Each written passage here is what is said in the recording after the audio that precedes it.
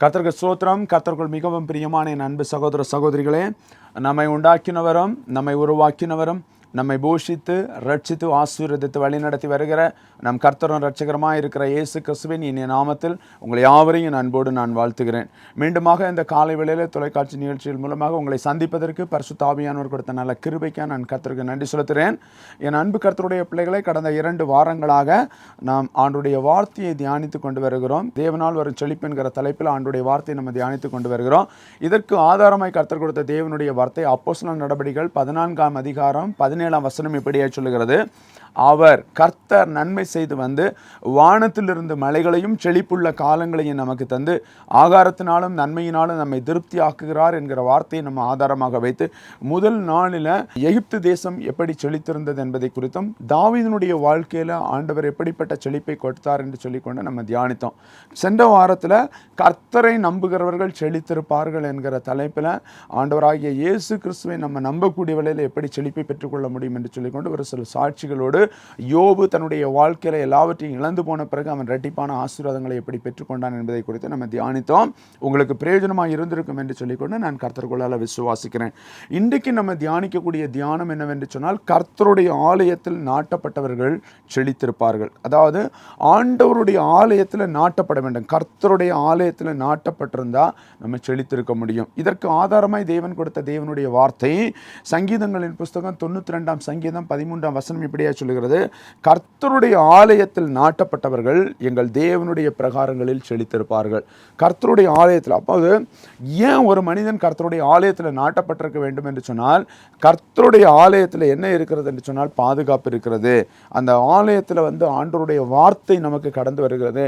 இயேசு கிறிஸ்து தன்னுடைய சொந்த சரீரத்தை சிந்தி நாம் ஒவ்வொருவரையும் அவருக்கு தகுதியுள்ள ஒரு மணவாட்டி சபையாய் அவர் நம்முடைய சரீரத்தை அவர் ஆலயமாய் சிருஷ்டித்து வைத்திருக்கிறார்.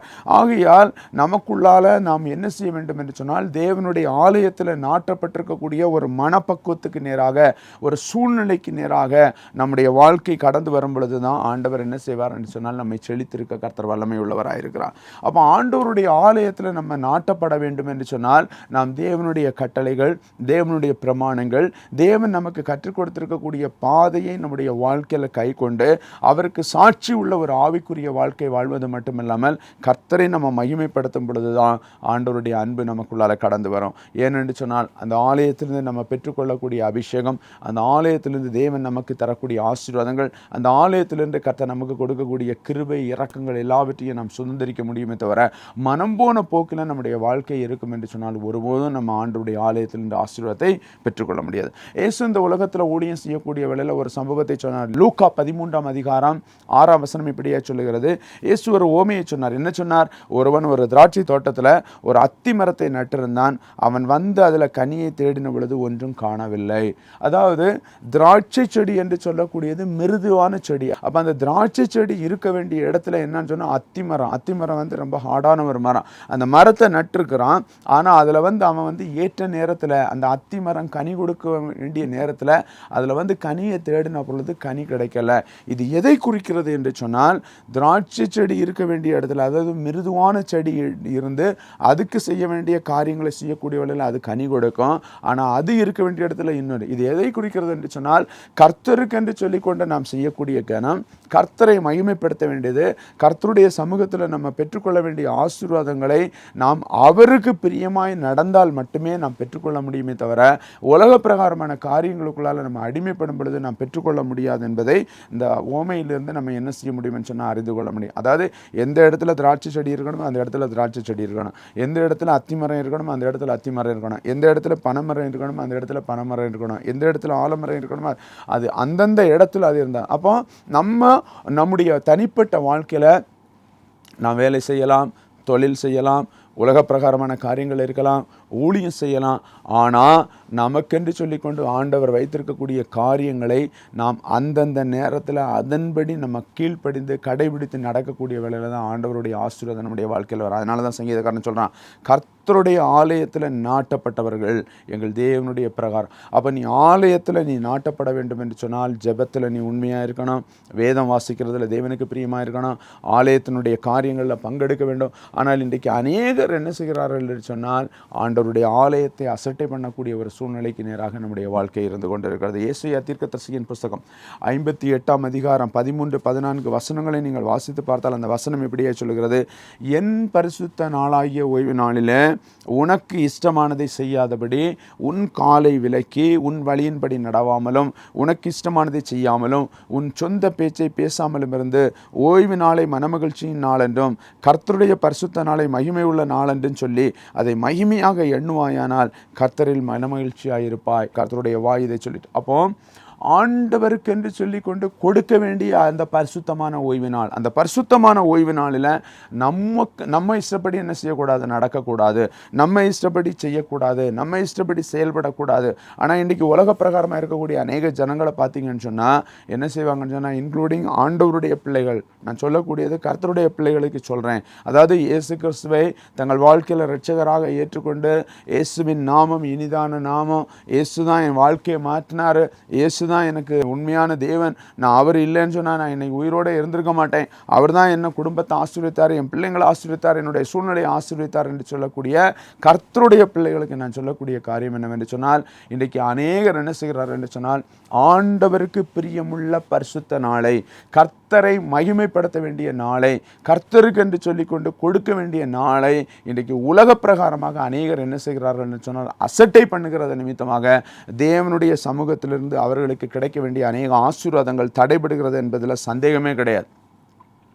எனக்கு கடந்த ஒரு சில நாட்களுக்கு முன்பதாக என்னுடைய குடும்பத்தில் இருக்கக்கூடிய ஒருத்தங்க, எனக்கு தெரிஞ்ச ஒருத்தங்க, அவங்க வீட்டில் அவங்க பையனுக்கு வந்து பர்த்டே, திங்கக்கிழமை பர்த்டே, நாங்கள் வந்து ஞாயிற்றுக்கிழமை வச்சுருக்கிறோம், நீங்கள் ஞாயிற்றுக்கிழமை வாங்கன்னு சொல்லிட்டு சொன்னாங்க. நான் சொன்னேன் நான் வரமாட்டேன்னு சொல்லிட்டு. ஏன்னு சொல்லிட்டு கேட்டாப்புல, இல்லை எனக்கு வேலை இருக்குது, நான் வந்து எனக்கு ஒரு ஊழியம் இருக்குது, அதனால் நான் வரமாட்டேன்னு சொல்லிட்டு. அடுத்து சொல்லிவிட்டு நான் அவங்கள்ட்ட சொன்னேன், அதாவது ஓய்வு நாள் வந்து கர்த்தருடைய பரிசுத்தமான ஓய்வு நாள், கர்த்தருக்கு பிரியமான நாள். அதில் நீங்கள் என்ன செய்யக்கூடாது, இந்த மாதிரி ஃபங்க்ஷன் வைக்கக்கூடாது, இந்த மாதிரி சொந்த காரியங்களுக்கு நீங்கள் ஈடுபடக்கூடாது. இது செய்தோன்னு சொன்னால் நம்ம தேவனுடைய கோபத்துக்கு நம்ம ஆளாகும்னு சொல்லக்கூடிய வேளையில் அந்த பொண்ணு சொல்லிச்சு என்னட்ட, அது எப்படி அண்ணா, அப்போ ஓய்வு நாள்னா நம்ம ஆலயத்துக்கு கூட போகக்கூடாது, சர்ச்சுக்கு கூட போகக்கூடாது, நம்ம 24 மணி நேரம் நம்ம என்ன சொன்னோம், வீட்டில் படுத்து தூங்கணும். நான் சொன்னேன் அது ஓம் இருப்போம். ஆனால் ஓய்வு நாள் என்று சொல்லக்கூடியது என்னவென்று சொன்னால் சொந்த காரியங்களுக்காக கிடையாது, சுய காரியங்களுக்காக கிடையாது, உலக பிரகாரமான காரியங்களுக்காக கிடையாதுங்க. ஓய்வு நாள் என்று சொல்லக்கூடியது கர்த்தரை மகிமைப்படுத்துவதற்கு, கர்த்தருடைய நாமத்தை மேன்மைப்படுத்துவதற்கு, கர்த்தருக்கு என்று சொல்லிக்கொண்டு நம்ம வாழ்வதற்கு தான் நம்ம ஓய்வு நாளை தவிர உலக பிரகாரமான காரியங்களுக்கு கிடையாது. பார்த்தீங்கன்னு சொன்னால் அவள் என் வீட்டில் வந்து பேசிட்டு போனால், அடுத்த கொஞ்ச நேரத்தில் வந்து பார்த்தா சொல்கிறாங்க, இந்த மாதிரி பர்த்டே வந்து திங்கக்கிழமை தான் கொண்டாடுறாங்களாம், சண்டே கிடையாதான்னு சொல்லிட்டு. அவளுக்குள்ளால ஒரு மனமாற்றத்தை கர்த்தர் கொடுத்தார். நான் அவளுக்கு சொன்னேன், அதாவது என்ன வேலை வேணாலும் நீ செய்யலாம், ஆனால் ஆண்டவருக்கு என்று சொல்லிக்கொண்டு கொடுக்கக்கூடிய பரிசுத்தமான ஓய்வு நாளில் அதை ஆண்டவருக்கு கொடுக்கணும். அந்த நாள் நம்ம என்ன சொன்னோம், தேவனுடைய ஆலயத்துக்கு போகணும், தேவனை மகிமைப்படுத்தணும். அந்த வாரத்தை திங்கக்கிழமையிலிருந்து சனிக்கிழமை வரல ஆண்டவர் நமக்கு செய்த நன்மைகளுக்காக கர்த்தருக்கு நன்றி செலுத்தணும்.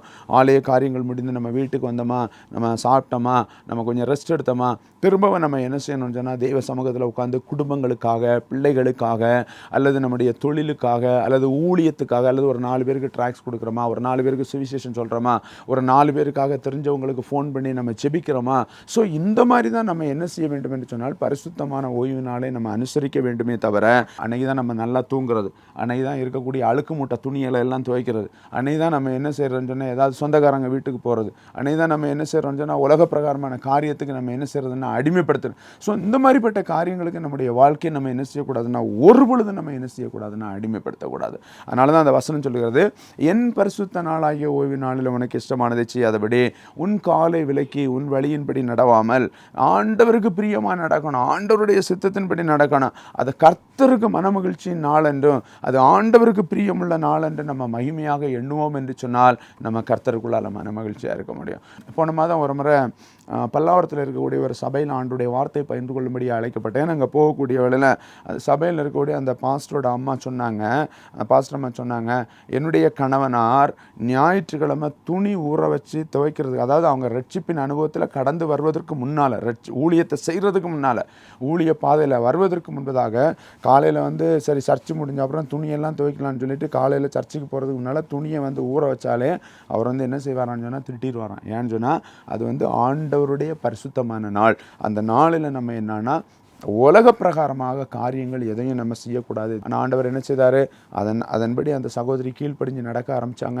ஆண்டவர் அவங்களுக்கு ஒரு கனமான ஊழியத்தை கொடுத்தார். இன்றைக்கி அவங்களுடைய சபையில் பார்த்தீங்கன்னு சொன்னால் ஏறக்குறைய ஒரு 1000 பேர்கிட்ட இருக்கக்கூடிய அளவுக்கு ஒரு பெரிய சபையை கர்த்தர் அந்த இடத்துல நிறுவுவதற்கு கர்த்தர் கிருபை செய்தார். ஏன் அவங்களுக்கு சொல்கிறேன்னு சொன்னால், நாம் ஆண்டவருக்காக நாம் செய்ய வேண்டிய காரியத்தில் நாம் உண்மையாக இருக்கும் பொழுது, தேவனுடைய பரிசுத்த நாளை தேவனுக்காக செயல்படுத்தும் பொழுது, மாம்சிக பிரகாரமாக நம்ம செயல்படாமல் நம்ம ஆண்டவருக்குள்ளால் உண்மையாக இருக்கும் பொழுது தாங்க நம்ம ஆண்டவருடைய ஆலயத்தில் இந்த ஆசீர்வாதத்தை பெற்றுக்கொள்ள முடியும். தேவனுடைய ஆலயம் எப்படிப்பட்டது என்று சொன்னால் பரிசுத்தமானது. அது பரிசுத்தமான ஆசீர்வாதங்களை தரக்கூடியது. அந்த பரிசுத்தமான ஆசீர்வாதங்களை சுதந்திரிப்பதற்கு நாம் என்ன செய்ய வேண்டுமோ அவருடைய கட்டளைகளையும் அவருடைய கற்பனைகளையும் அவருடைய நியமங்களையும் அவர் நமக்கு வைத்திருக்கக்கூடிய பாதைகளையும் நம்முடைய வாழ்க்கையில் நம்ம சுதந்திரிச்சோன்னு சொன்னால் மட்டும்தான் நாம் ஆண்டவரிடத்தில் அந்த பூரணமான ஆசீர்வாதத்தை நன்மையை பெற்றுக்கொள்ள முடியுமே தவிர, உலக பிரகாரமான காரியங்களுக்கு நம்முடைய வாழ்க்கை அடிபணியும் என்று சொன்னால் ஒருபொழுதும் நம் தேவனுடைய ஆசீர்வாதத்தை அந்த இடத்துல பெற்றுக்கொள்ள முடியாது. ஆகையால் அன்பு தேவனுடைய பிள்ளைகளாக இருக்கக்கூடிய நம் ஒவ்வொருவரும் கர்த்தருடைய சமூகத்தில் நம்ம ஒப்பு கொடுத்து பரிசுத்த நாளை நம்ம அசட்டை பண்ணாமல் தேவனுக்கு பிரியமாக இருப்பதற்கு நம்ம கற்றுக்கொள்ளும் பொழுது நிச்சயமாகவே நம் ஆலயத்தில் நாட்டப்பட்டிருக்கும் பொழுது கர்த்தருடைய ஆலயத்திலிருந்து அந்த ஆசீர்வாதத்தை நம்ம பெற்றுக்கொள்வதற்கு தேவன் நம்மை வழிநடத்துவதற்கு கர்த்தர் வல்லமை உள்ள தேவனாக இருக்கிறார். ஹல்லேலூயா. எனக்கு நல்ல ஒரு சாட்சி ஞாபகத்து வருது. 2011ஆம் ஆண்டு நடந்த ஒரு சம்பவம் எனக்கு ஞாபகத்துக்கு வருது. அதாவது நாங்கள் ஒரு முறை ஓசூர் என்கிற பகுதியில் ஒரு இடத்துக்கு நாங்கள் ஊழியத்துக்கு போயிருந்தோம். நானே எனக்கு தெரிந்த ஒரு ஊழியக்காரமாக நாங்கள் ஒரு 3 நாள் கன்வென்ஷன் கூட்டத்துக்கு கூப்பிட்டுருந்தாங்க. அப்போ அந்த இடத்துல ஒரு நாள் நான் மெசேஜ் கொடுக்கணும், ஒரு நாள் ஃபாரின்லேருந்து வந்திருந்தாங்க, ஒருத்தங்க வந்திருந்தாங்க, அவங்க மெசேஜ் கொடுக்கணும், இன்னொரு நாள் என் ஃப்ரெண்டு மெசேஜ் கொடுக்கணும். அப்படி இருக்கக்கூடியல 3 நாள் 3 பேரை நாங்கள் ஷேர் பண்ணி அப்படி போயிருந்தோம். அப்போது அந்த முதல் நாள் கூட்டம் முடிந்தது, 2வது நாள் கூட்டம் முடிந்தது. அந்த முதல் நாள் கூட்டம் முடிஞ்சு அந்த 2வது நாள் சாயங்கால வேளையில் பார்த்தீங்கன்னு சொன்னால் அந்த இடத்துல ஒரு சகோதரி நிறைமாத கர்ப்பிணியாக இருந்துகிட்டு இருந்தாங்க. அவங்க வாழ்க்கை பார்த்தீங்கன்னு சொன்னால் ஏறக்குறைய அவங்களுக்கு 3 பெண் பிள்ளைகள் இருந்தார்கள். ஏற்கனவே 3 பிள்ளைகள் மரித்து போனது. இது அடுத்த குழந்தை கன்சீவாக இருக்காங்க. 3 பொம்பளை பிள்ளைங்க இருக்குது, 3 பிள்ளைங்க ஏற்கனவே மரித்து போனது. இந்த குழந்தை அடுத்தது கன்சீவாக இருக்காங்க. அந்த மரித்து போனதில் பார்த்தீங்கன்னு சொன்னால் 2 ஆம்பளை பிள்ளைங்க, ஒரு பொம்பளை பிள்ளை. ஸோ அந்த ஆண் பிள்ளைகளுடைய சரீர அவயங்கள் பார்த்தீங்கன்னு சொன்னால் அந்த கால் கை அதெல்லாம் பார்த்தீங்கன்னு சொன்னால் கொஞ்சம் டிஃப்ரெண்ட்டாக, அதாவது ஒரு குழந்தைக்கு எப்படி இருக்குமோ அந்த மாதிரி இல்லாமல் ஒரு சில வேளையில் ஒரு அப்நார்மல் சைஸில், அதாவது ஒரு வித்தியாசமான ஒரு இதில் அந்த பிள்ளைகள் இருந்து அந்த பிள்ளைகள் எல்லாம் என்ன செய்யுதுன்னு சொன்னால் மரித்து போயிடும். ஏன்னு சொன்னால் அவங்க குடும்பத்துக்குள்ளால் இருக்கக்கூடிய ஏதோ ஒரு அடிமைத்தனம், ஏதோ ஒரு சாபத்தின் கட்டினால் அந்த குடும்பத்தில் அந்த பிள்ளைகள் அந்த ஆண் பிள்ளை பிறந்துன்னு சொன்னால் அந்த பிள்ளை செத்து போயிடும். ஆனால் 3 பொம்பளை பிள்ளைங்க இருந்தால் அந்த 3 பிள்ளைங்க இருக்குது, ஒரு பொம்பளை பிள்ளைங்க செத்து போயிடுச்சு. அப்படிப்பட்ட சூழ்நிலையில் அடுத்த குழந்தை அவங்க கன்சீவாக இருந்தாங்க. இந்த சூழ்நிலையில் என்னன்னு சொன்னால் அவங்க அந்த 3 நாள் கூட்டத்தில் இருக்காங்க. ஆனால் அந்த அம்மாவனால இருக்கவே முடியலைங்க. முதல் நாள் அவங்க ஒரு மாதிரி ரொம்ப கஷ்டப்பட்டு இருந்தாங்க, 2வது நாள் ரொம்ப கஷ்டப்படுறாங்க. அப்போ நான் அந்த பாஸ்டர்கிட்ட சொன்னேன், பாஸ்டர் நீங்கள் ஒன்று பண்ணுங்கள், இவங்களை ஹாஸ்பிட்டலுக்கு கொண்டு சேர்த்துருங்க. ஏன்னு சொன்னால் பாவம் அவங்களுக்கு எனி டைம் எந்த நேரம் வேணாலும் டெலிவரி இருக்கலாம். நிறைமாத கற்பனை, எனி டைம் அவங்க டெலிவரி ஆகிறதுக்கு பாசிபிலிட்டி இருக்குது. அதனால் ஆனால் அந்த அம்மாவுகளால் ஒரு வைராக்கியம், என்ன வைராக்கியம்னு சொன்னால் அவங்க என்னோட சொன்னாங்க, அந்த பாஸ்டர்கிட்ட சொன்னாங்க, ஐயா நாங்கள் ஏற்கனவே 2 பிள்ளைகள், அதாவது 3 பிள்ளைகள் இறந்து போச்சு. அதில் 2 பிள்ளைகள் எப்படிப்பட்ட பிள்ளைன்னா ஆண் பிள்ளைகள். அந்த பிள்ளைகளுடைய சரீரங்கள் நார்மல் பிள்ளைகளை போல இல்லை, கால் கையெல்லாம் கொஞ்சம் வித்தியாசமாக இருக்கும். அதனால் இந்த 3 நாள் கூட்டத்தை முடிக்காமல் நாங்கள் என்ன செய்ய மாட்டோம், ஆலயத்தை விட்டு நாங்கள் வெளியே போக மாட்டோம். ஏன்னு சொன்னால் நாங்கள் அந்த 3 நாள் கூட்டத்துக்கு முன்பதாக நாங்கள் ஹாஸ்பிட்டலில் அட்மிட் ஆனோன்னு சொன்னால் ஒரு சில வேளையில் எனக்கு பிறக்கக்கூடிய குழந்தை ஏற்கனவே ஆண் பிள்ளை மரித்து போனது போல் எனக்கு ஆண்டவர் ஒரு சில டைமில் ஆண் பிள்ளையை கொடுத்தாருன்னு சொன்னால் அந்த குழந்தையும் ஏதாவது சரீரத்தில் ஏதாவது ஒரு பலகீனத்தா அது மரித்து போனால் என்னால் தாங்க முடியாது. அப்போ நான் அந்த 3 நாள் கூட்டத்தையும் முடிச்சுட்டு தான் நான் எங்கே போவேன், ஹாஸ்பிட்டலுக்கு போவேன்னு சொல்லிட்டு. ஆனால் ஆண்டுடைய பெரிதான கிருபையினால் நீங்கள் பார்த்தீங்கன்னு சொன்னால் ஞாயிற்றுக்கிழமை காலை வேளையில் ஆண்டுடைய ஆலயத்தில் ஆராதனை நடந்து கொண்டிருக்கக்கூடிய வேளையில் அபிஷேகம், ஒரு வல்லமையான ஒரு அபிஷேகம் இறங்கக்கூடிய வேளையில் அவங்கள ஒரு 2 பேர் கையை பிடிச்சிருக்காங்க, ஒருத்தங்க முதுகை பிடிச்சிருக்கிறாங்க. அப்படியே அந்த சகோதரி பிடிச்சிட்டு அவங்களுக்காக ஜெபம் பண்ண முடியல. ஒரு விசேஷித்த அபிஷேகத்தின் வல்லமையை கர்த்தர் அந்த சகோதரி மேலே ஊற்றினார். அப்படி ஊற்றக்கூடிய வேளையில் அவருடைய சரீரத்துக்குள்ளால் அடிமைப்படுத்தி வைத்திருந்த எல்லா அந்தகாரத்தின் ஆவிகளும், எல்லா இருளின் ஆதிக்கங்களும், எல்லா பலவானுடைய கிரியைகளும் முறியடிக்கப்பட்டு ஒரு பூரணமான அன்புக்குள்ளால் அந்த மகள் வழி நடத்தப்பட்டாள். நடந்தது என்ன தெரியுமா, சாயங்காலம் கூட்டத்தை முடிச்சுட்டு அவங்க ஹாஸ்பிட்டலுக்கு கடந்து சென்றாங்க. 3 நாள் கூட்டம் முடிந்து ஹாஸ்பிட்டலுக்கு கடந்து சென்றாங்க. ஹாஸ்பிட்டலுக்கு அவங்க போகக்கூடிய வேளையில் அந்த தண்ணி கூட உடைஞ்சிட்டுது. இப்போ இவங்களை என்ன பண்ணுறதுன்னு சொல்லிட்டு தெரியல. அந்த பாஸ்டர் ஹாஸ்பிட்டல் போகக்கூடிய வேளையில் அந்த ஹாஸ்பிட்டலில் சொல்லிட்டாங்க, நாங்கள் வந்து இந்த அம்மாவுக்கோ குழந்தைக்கும் எந்த கேரண்டியும் தரமாட்டோம், நீங்கள் வந்து அட்மிட் பண்ணுறதாண்டா அட்மிட் பண்ணுங்கன்னு சொல்லிட்டு ஹாஸ்பிட்டலில் சேர்க்கலை.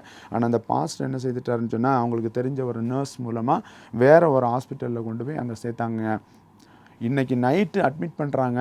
அடுத்த நாள் சாயங்காலம் ஒரு 4 மணி அளவில் வந்து கர்த்தர் அவங்க வாழ்க்கையில் என்ன செய்தாருன்னு சொன்னால், ஒரு பூரணமான ஒரு குழந்தையை, ஒரு சுகப்பிரசவமான ஒரு குழந்தையை தண்ணி குடம் உடைஞ்சி ஏறக்குறைய 16-17 மணி நேரம் பொறுத்து ஒரு குழந்தை பெற்றெடுத்தாங்க. அதுவும் சுகப்பிரசவமாக அந்த குழந்தையை பெற்றெடுத்தாங்க. நல்ல ஒரு ஆண் மகனை பெற்றெடுக்கும்படியாக கர்த்தர் கிருபை செய்தார். பையனை பெற்றெடுக்கும்படியாக கர்த்தர் கிருபை செய்தார். அந்த அம்மாவுக்கு இருந்த சந்தோஷத்தை சொல்லவே முடியாது. அதை விட எங்களுக்கு இருந்த சந்தோஷம், நாங்கள் ஊழியத்தை முடிச்சுட்டு வரக்கூடிய வேலையில் எங்களுக்கு இருந்த சந்தோஷம் சொல்லவே முடியாது. அவங்க அந்த இடத்துலேருந்து இன்னொரு இடத்துக்கு போய் ஜெபம் பண்ணிட்டு கிளம்பக்கூடிய வேலையில் எங்களுக்கு அந்த நியூஸ் வந்து இந்த பாஸ்டர் சொன்னார், நார்மல் டெலிவரி. எங்களுக்கு அந்த சந்தோஷத்தை சொல்ல முடியாது. பாருங்கங்க, ஒரு அடிமைத்தன கட்டு அந்த குடும்பத்தில் ஒரு சில பிள்ளைகள் மரித்து போனார்கள். ஏற்கனவே அவங்களுக்கு இருக்கக்கூடிய பொம்பளை பிள்ளைங்க. அந்த சூழ்நிலையில் அந்த அம்மா, நான் அந்த 3 நாள் கன்வென்ஷன் கூட்டத்தை முடிக்காமல் ஆலயத்தை விட்டு வெளியே போக மாட்டேன். இந்த கன்வென்ஷன் கூட்டத்துக்கு முன்னால் நான் வெளியே போனேன்னு சொன்னால் என்னுடைய பிள்ளைகள் ஏற்கனவே மரித்து போனது போல் இந்த குழந்தையும் மரித்து போகும். ஒரு சில வேளையில் இந்த குழந்தை மரித்து போகணுமா இருந்தால் அது ஆண்டவருடைய ஆலயத்தில் தான் மரிக்க வேண்டும் என்று மன வாஞ்சியோடு அந்த இடத்துல இருக்கக்கூடிய வேளையில் கர்த்தர் என்ன செய்தாருன்னு சொன்னால், அந்த மகளை அடிமைப்படுத்தி வைத்திருக்கக்கூடிய அல்லது அந்த குடும்பத்தை சாபத்துக்கு நேராக அடிமைப்படுத்தி வந்த எல்லா பலவானுடைய ஆதிக்கங்களையும் கர்த்தர் முறியடித்து ஆண்டவர் என்ன செய்தார்னு சொன்னால், அருமையாக நல்ல ஒரு குழந்தையை பெற்றெடுக்கும்படியாக கர்த்தர் கிருபை செய்தார். இன்றைக்கு அந்த குழந்தை நல்ல ஒரு பெரிய பையனாக இன்றைக்கி வளர்ந்து ஆண்டவருக்கு சாட்சியாக இன்றைக்கு அந்த குடும்பம் அந்த சபையில் சாட்சியாக இருந்துகிட்ருக்கு. ஏன் அவங்களுக்கு இதை ஆண்டவர் சொல்கிறாருன்னா, இன்றைக்கி ஒரு சில வேளையில் நீ தேவனுக்கு பிரியமில்லாத, அதாவது பரிசுத்தமான ஓய்வு நாளில், பரிசுத்தமான நாளில் நம்ம ஆண்டவருக்கு பிரியமில்லாத காரியங்களை செய்து நம்ம மனம் போன போக்கில் உலக பிரகாரமான காரியத்துக்கு நம்ம அடிமைப்பட்டு, உலக பிரகாரமான சிற்றின்பங்களுக்கு நம்ம அடிமைப்பட்டு, உலக பிரகாரமான சூழ்நிலைகளுக்கு நம்ம அடிமைப்பட்டு நம்ம இருந்தோம்னு சொன்னால், நிச்சயமாகவே நாம் தேவனுடைய ஆசீர்வாதத்தை பெற்றுக்கொள்ளுகிறதுல நமக்கு தடையாக இருக்கும் என்பதில் எந்த விதமான சந்தேகம் இல்லை. ஆகையால் பரிசுத்தமான ஓய்வு நாளில் கர்த்தருடைய ஆலயத்தில் நாட்டப்பட்டு கர்த்தருக்கு பிரியமான காரியங்களை செய்து கர்த்தருடைய நாள் என்று சொல்லிக்கொண்டு நம்ம மனமகிழ்ச்சியாக இருக்கும் பொழுது தான் நாம் ஆண்டவருடைய ஆசீர்வாதத்தை அந்த இடத்துல பெற்றுக்கொள்ள முடியுமே தவிர உலக பிரகாரமாக பெற்றுக்கொள்ள முடியாது. ஆகையால் என் அன்பு தேவனுடைய பிள்ளைகளே, கர்த்தருடைய ஆலயத்தில் நாட்டப்பட்டவர்கள் சொல்லித்திருப்பார்கள். இன்றைக்கு நீங்கள் கர்த்தருடைய ஆலயத்தில் நாட்டப்பட்டிருக்கிறீங்களா? இன்றைக்கு ஆண்டவருடைய சித்தத்தின்படி நீங்கள் நடக்கிறீங்களா?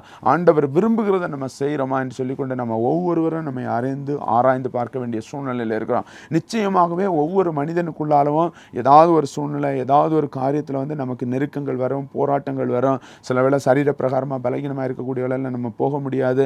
ஆனால் போகக்கூடிய சூழ்நிலை இருந்து பலகீனம் என்று சொல்லிக்கொண்டு நம்ம சாக்கு போக்கு சொல்லி இருக்கக்கூடாதே தவிர, நடக்க முடியாத சூழ்நிலை, அங்கே போக முடியாத சூழ்நிலையில் இருந்தோன்னு சொன்னால் அதை கர்த்தர் நமக்கு மன்னிப்பார். அல்லது நம்முடைய சரீரத்தில் ஒரு பூரணமான பலன் இருக்கும் பொழுது, பூரணமான ஆரோக்கியம் இருக்கும் பொழுது, ஒரு பொழுதும் நம்ம பரிசுத்தமான ஓய்வு நாளை அசட்டை பண்ணாத அளவுக்கு நம்ம பார்த்து கொள்ள வேண்டியது கர்த்தருடைய நாமத்தினால ஆண்டவர் நமக்கு கொடுத்திருக்கக்கூடிய கட்டளை. அப்ப தேவனுடைய கட்டளையை நம்ம நிறைவேற்றும் பொழுதுதான் அந்த கர்த்தர் என்ன செய்வார்னு சொன்னால், அதிலிருந்து நமக்கு ஒரு மகிமையான ஒரு மேலான ஆசீர்வாதத்தை கொடுக்க கர்த்தர் வல்லமை உள்ளவராயிருக்கிறார். சங்கீதங்களின் புஸ்தகம் 84ஆம் சங்கீதம் 10ஆம் வசனம் இப்படியே சொல்கிறது, 1000 நாட்களை பார்க்கிலும் உம்முடைய பிரகாரங்களில் செல்லும் ஒரே நாள் நல்லது.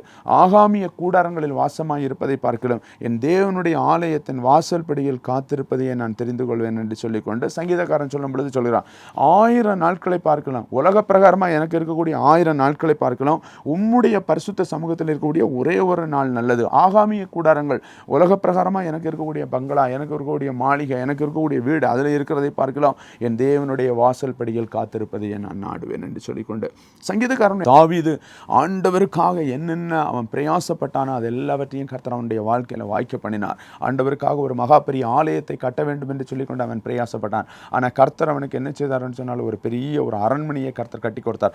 ஆனாலும் அவன் என்ன செய்தான் என்று சொன்னால், தன்னுடைய ஆலயத்துக்காக அநேக பொக்கிஷங்களை அவன் சேர்த்து வைத்தான் என்று சொல்லிக்கொண்டு நம்ம வேதாகமத்திலிருந்து நம்ம அறிந்து கொள்ள முடிகிறது. அப்போ சாலமோன், அவனுக்கு பிறகு அரசாட்சிக்கு வந்த அவனுடைய மகனாக இருக்கக்கூடிய சாலமோன் ஆண்டவருக்காக ஒரு மகா பெரிய எருசலேம் தேவாலயத்தை கட்டி தாவீது கர்த்தருக்காக பரிசுத்தமாய் நேர்ந்து கொண்ட எல்லாவற்றையும் கொண்டு ஆலயத்தின் பொக்கிஷ சாலையில் வைத்தான் என்று சொல்லிக்கொண்டு நம்ம வேதத்திலிருந்து அறிந்து கொள்ளும். அப்போ கர்த்தருக்கென்று சொல்லிக்கொண்டு அவன் செய்ய வேண்டிய காரியத்தில் அவன் மனவாஞ்சை உள்ளவனாக இருந்தான். ஒரு சில வேளையில் அவனால் அது நிறைவேறாமல் இருந்தாலும் அவன் ஆண்டவருடைய ஆலயத்துக்காக சேர்த்து வைத்த அநேக காரியங்கள் நம் வாழ்க்கையில் ஆசீர்வாதத்தை கொண்டு வந்தது. இன்றைக்கும் நம்முடைய வாழ்க்கையில் அன்பு தேவனுடைய பிள்ளைகளாக இருக்கக்கூடிய நம் ஒவ்வொருவரும் உலக பிரகாரமாக இருக்கக்கூடிய 1000 நாட்களை பார்க்கிறோம். உலக பிரகாரமாக நமக்கு இருக்கக்கூடிய வீடு, உலக பிரகாரமாக நமக்கு இருக்கக்கூடிய காரு, உலக பிரகாரமாக நமக்கு இருக்கக்கூடிய பங்களாக்கள், உலக பிரகாரமாக இருக்கக்கூடிய நமக்கு இருக்கக்கூடிய ஆஸ்திகள் எல்லாவற்றையும் காட்டிலும் தேவனுடைய ஆலயத்தில் காத்திருக்கணுங்க. அவருடைய ஆலயத்தில் நம்ம காத்திருக்கும் பொழுது தான் ஆண்டவர் நம்முடைய வாழ்க்கையில் என்ன செய்வார்னு சொன்னால் நன்மையை கட்டளையிடுவார். அவர் நம்முடைய வாழ்க்கையில் செழிப்பை தருவார். நமக்கு விரோதமாக எழும்பக்கூடிய சூழ்நிலைகளை முறியடிப்பாரே தவிர பரிசுத்தமான ஓய்வு நாளில் நம்ம வேலைக்கு போனோம்னா காலையில் 6 மணிக்கு எழும்புறோம்னா ஞாயிற்றுக்கிழமை ஆனால் காலையில் 9 மணிக்கு எழும்புறது, சர்ச்சுக்கு 8 மணிக்கு சர்ச்சு சர்வீஸ் ஆரம்பிக்குதுன்னு சொன்னால் 9:30 மணிக்கு போகிறது, அல்லது 11 மணிக்கு முடிகிற நேரத்தில் ஆமீன் போடுற டைமில் போகிறது, அல்லது சர்ச்சுக்கு போகிறேன்னு சொல்லிட்டு வெளியே கார் பார்க்கிங்கில் அல்லது ஸ்கூட்டர் பார்க்கிங்கில் அல்லது வர்றவங்க போகிறவங்கள்ட்ட பேசிகிட்டு இருக்கிறதுனால உனக்கு ஆலயத்திலிருந்து எந்த பிரயோஜனமும் கிடைக்காது, எந்த பலனும் கிடைக்காது. தேவனுடைய ஆலயத்துக்கு போனோன்னா தேவனுடைய சமூகத்தில் போய் நம்மை தாழ்மையோடு ஆண்டவருடைய சமூகத்தில் ஒப்பு கொடுத்து, ஆண்டவரே இன்றைக்கு என்னுடைய ஆலயத்தில் பாடுகிற பாடல்கள், ஆராதனைகள், நான் கேட்கக்கூடிய வார்த்தைகள் என்னுடைய இருதயத்துக்கு குளிர்ந்த பானமாக இருக்க வேண்டும் என்று சொல்லிக்கொண்டு நம்ம ஆண்டவருடைய சமூகத்தில் நம்ம ஒப்பு கொடுத்து செபித்தோன்னு சொன்னால் தான் அந்த ஆலயத்தில் நம்ம ஆசீர்வாதத்தை பெற்றுக்கொள்ள முடியும். நம்ம அதை செய்யாமல் மனம் போன போக்கில் நம்முடைய வாழ்க்கை இருக்கும் என்று சொன்னால் ஒரு பொழுதும் நம்ம ஆண்டவருடைய ஆசீர்வாதத்தை தேவனுடைய ஆலயத்திலிருந்து பெற்றுக்கொள்ளவே முடியாது. ஆகையால் ஆண்டவருடைய பிள்ளைகள் என்ன செய்ய வேண்டும் என்று சொன்னால் உலக பிரகாரமாக இருக்கக்கூடிய சூழ்நிலைகளை காட்டிலும் ஆண்டவருடைய வாசல் படியில் கர்த்தருடைய ஆலயத்தில் நம்ம காத்திருக்கக்கூடிய ஒரு சூழ்நிலைக்கு நேராக நம்முடைய வாழ்க்கை இருக்கும் என்று சொன்னால் நிச்சயமாகவே ஒரு சில வேளையில் நமக்கு கிடைக்காமல் இருக்கக்கூடிய அநேக ஆசீர்வாதங்களையும் பரலோகத்தின் தகப்பன் என்ன செய்வார் சொன்னால் அவருடைய மன்னாவினால், அவருடைய கிருபையினால் அவர் நமக்கு தந்து நம்மை வழிநடத்துவது மட்டுமில்லாமல் எல்லா சூழ்நிலையிலும் நம்மை ஜெயம் எடுப்பதற்கு கர்த்தர் நம்மை வழிநடத்த கர்த்தர் வல்லமை உள்ளவராக இருக்கிறார். சங்கீதங்களின் புத்தகம் 118:26 இப்படியாய் சொல்லுகிறது, கர்த்தருடைய நாமத்தினால் வருகிறவர் ஸ்தோத்திரிக்கப்பட்டவர், கர்த்தருடைய ஆலயத்திலிருந்து உங்களை ஆசீர்வதிக்கப்படும். கர்த்தருடைய நாமத்தினால் வருகிற இயேசு கிறிஸ்து ஸ்தோத்திரிக்கப்படத்தக்கவர். அந்த இயேசு கிறிஸ்துவை அவருடைய ஆலயத்தில் சென்று அவரை நம்ம மகிமைப்படுத்தும் பொழுது அந்த ஆலயத்திலிருந்து அவர் நம்மை ஆசீர்வதிப்பார், அந்த ஆலயத்திலிருந்து நம்மை மேன்மைப்படுத்துவார், அந்த ஆலயத்தில் நம்ம மேன்மையான ஆசீர்வாதங்களை நம்ம என்ன செய்ய முடியும்னு சொன்னால் பெற்றுக்கொள்ள முடியும். நீங்கள் வாசித்து பார்க்கலாம், வேத புத்தகத்தில் அநேக உதாரணங்கள் இருக்கிறது. ஆபிரகாமுடைய வாழ்க்கையை பாருங்கள், தேவன் அவனை அழைக்கக்கூடிய வேளையில் அவனுக்கு யாரு கர்த்தர்னே தெரியாதுங்க. ஆனால் அவன் கர்த்தருடைய அழைப்பை கேட்டு அவன் கடந்து வரக்கூடிய வேளையில் ஆண்டவர் அவனுக்கு வாக்கு கொடுத்தார், பாலும் தேனும் ஓடுகிற கானான் தேசத்தை. அந்த கானான் தேசத்தை ஆண்டவர் சுதந்திரிக்க கர்த்தர் கிருபை செய்தார். ஈசாக்குக்கு ஆண்டவர் வாக்கு கொடுத்தார், அந்த வாக்கு தத்தத்தை கர்த்தர் ஈசாக்கினுடைய வாழ்க்கையில் நிறைவேற்றினார். யாக்கோபுக்கு கர்த்தர் வாக்கு கொடுத்தார், யாக்கோபனுடைய வாழ்க்கையில் கர்த்தர் நிறைவேற்றினார். யோசேப்புக்கு ஆண்டவர் வாக்கு கொடுத்தார், யோசேப்பினுடைய வாழ்க்கையில் நிறைவேற்றினார். மோசையை கொண்டு ஆண்டவர் வாக்கு கொடுத்தார், மோசையினுடைய வாழ்க்கையில் கர்த்தர் நிறைவேற்றினார். தாவீதுக்கு சொன்னதை தாவீதுனுடைய வாழ்க்கையில் நிறைவேற்றினார். சாலமனுக்கு சொன்னதை சாலமனுடைய வாழ்க்கையில் நிறைவேற்றினார். அந்நாள் தேவ சமூகத்தில் போய் ஜெபம் பண்ணுறான், ஆண்டவருடைய சமூகத்தில் போய் எதுக்காக ஜெபம் பண்ணுறான்? ஒரு பிள்ளைக்காக ஜெபம் பண்ணுறான், ஒரு பிள்ளைக்காக ஜெபம் பண்ணுறான். அப்போ அந்த பிள்ளையை கர்த்தர் என்ன செய்யணும், அன்னாளுடைய வாழ்க்கையில் கர்த்தர் கொடுத்து அந்த பிள்ளையை ஆண்டவள் அவள் ஊழியத்துக்கு அர்ப்பணித்த பொழுது மீண்டுமாக 5 பிள்ளைகளை பெற்றுக்கொள்ளும்படியான பாக்கியத்தை கர்த்தருடைய ஆலயத்திலிருந்து அவள் பெற்றுக்கொண்டாள், கர்த்தருடைய சமூகத்திலிருந்து பெற்றுக்கொண்டாள் என்று சொல்லிக்கொண்டு நாம் அறிந்துள்ளோம். ஆகையால் ஆண்டவருடைய பிள்ளைகளாக இருக்கக்கூடிய ரட்சிப்பின் அனுபவத்தில் இயேசுவை ஏற்றுக்கொண்டிருக்கக்கூடிய நான் சொல்லக்கூடிய ஆலய வாழ்க்கை என்று சொல்லக்கூடியது நம்ம கடமைக்காக போய் 1 மணி நேரம் 2 மணி நேரம் 2.5 மணி நேரம் உட்கார்ந்துருக்க கிடையாதுங்க. நம்முடைய இருதயம், நம்முடைய எண்ணம், நம்முடைய சிந்தனை, நம்முடைய சரீரம் டோட்டலி என்ன செய்ய வேண்டும் என்று சொன்னால் தேவ பாதத்தில் டெடிகேட் பண்ணக்கூடிய, அதாவது அர்ப்பணிப்போடு தாழ்மையோடு காத்திருக்கக்கூடிய ஒரு ஆவிக்குரிய வாழ்க்கைக்கு நேராக நம்ம இருந்தோம்னு சொன்னால் தான் தேவனுடைய ஆசீர்வாதம் நம்முடைய வாழ்க்கையில் கடந்து வருமே தவிர உலக பிரகாரமான காரியத்துக்குள்ளால் நம்முடைய வாழ்க்கை இருக்கும் என்று சொன்னால் ஒரு பொழுதும் நம்ம ஆண்டவருடைய ஆசீர்வாதத்தை தேவனுடைய ஆலயத்திலிருந்து பெற்றுக்கொள்ள முடியாது. என்னாகமம் 24:1 சொல்லுகிறது, இஸ்ரவேலரை ஆசீர்வதிப்பதே கர்த்தருக்கு பிரியம், கர்த்தருடைய பிள்ளைகளை ஆசீர்வதிப்பது தான் ஆண்டவருக்கு பிரியம். ஆண்டவரை நேசிக்கக்கூடிய, ஆண்டவருக்கு பிரியமாக இருக்கக்கூடிய பிள்ளைகளை ஆசை. இன்றைக்கி நம்ம அப்படிப்பட்ட ஒரு வாழ்க்கைக்கு நேராக இருக்கும் பொழுது ஆண்டவர் நம்மை ஆசீர்வதிக்க கர்த்தர் வல்லமை உள்ளவராக இருக்கிறார். சங்கீதம் 145:18 இப்படியா சொல்லுகிறது, உண்மையாய் தம்மை நோக்கி கூப்பிடுகிற யாவருக்கும் கர்த்தர் சமீபமாக இருக்கிறார். அப்போ நாம் தேவனுடைய ஆலயத்தில் போய் ஆண்டவரை நம்ம என்ன செய்ய வேண்டும் என்று சொன்னால் உண்மையாய் ஆராதிக்க வேண்டும், உண்மையாய் பாடல்களை பாட வேண்டும், வேத வசனத்தை வாசிக்கக்கூடியவளை அந்த வசனத்தை நேசித்து அதை உண்மையாக படிக்கணும். ஆண்டவருடைய வார்த்தை நமக்கு ஊழியக்காரர்கள் மூலமாக கடந்து வரும் பொழுது அந்த வார்த்தையை நம்ம கேட்கணும். ஒரு சில வேளையில் வேளையில் நமக்கு எச்சரிப்பின் சத்தம் கடந்து வரணும்னு சொன்னால் உடனே நம்ம கோச்சிக்க கூடாது. ஊழியக்காரங்களை நம்ம என்ன செய்யணும்னு சொன்னால், ஆண்டவர் என்ன சரி செய்கிறதுக்காக இந்த வார்த்தைகளை இன்றைக்கி ஊழியக்காரன் மூலமாக எனக்கு பேசியிருக்காருன்னு சொல்லிட்டு நம்ம அப்படிப்பட்ட ஒரு மனப்பக்குவத்துக்கு நேராக நம்முடைய வாழ்க்கை இருக்கும் என்று சொன்னால்தான் நாம் ஆண்டவருடைய ஆசீர்வாதம் நம்ம கர்த்தருடைய ஆலயத்தில் இன்று கிடைக்கும். ஆகையில் இந்த அன்பு தேவனுடைய பிள்ளைகளாக இருக்கக்கூடிய நாம் ஒவ்வொருவரும் ஒரு சில வேளையில் நீங்கள் பரிசுத்தமான ஓய்வினால் நீங்கள் அசட்டை பண்ணி நீங்கள் மனம் போன போக்கில் நீங்கள் வாழ்ந்து கொண்டிருப்பீங்கன்னு சொன்னால், இன்றைக்கு இந்த வார்த்தையை கேட்கிற உங்கள் ஒவ்வொருவருக்கும் ஆண்டவர் சொல்கிறார், இந்த நாள் உங்களுக்கு இரட்சணியத்தின் நாள். இனிமேலும் நீங்கள் இந்த பரிசுத்தமான ஓய்வினாலை அசட்டை பண்ணாத அளவுக்கு தேவனுக்கு பிரியமுள்ள ஒரு ஆவிக்குரிய வாழ்க்கையில் இருக்கும் பொழுது, உண்மையாய் நீங்கள் அவரை நோக்கி கூப்பிடும் பொழுது, அவர் உங்களுக்கு சமீபமாக இருந்து உங்களுக்கு பெரிய காரியங்களை செய்ய கர்த்தர் வல்லமை உள்ளவராயிருக்கிறார். கண்களை மூடி ஜெபிக்கலாமா? எங்களை நேசிக்கிற எங்கள் அன்பின் பரலோக தகப்பனே, மன மகிழ்ச்சியான ஆண்டவரை, ஆசீர்வதிக்கப்பட்ட அந்த காலை வேளையில் மீண்டுமாய் எங்களை முழுவதுமாய் ஒப்பு கொடுத்து நாங்கள் ஜெபிக்கிறோம் அப்பா.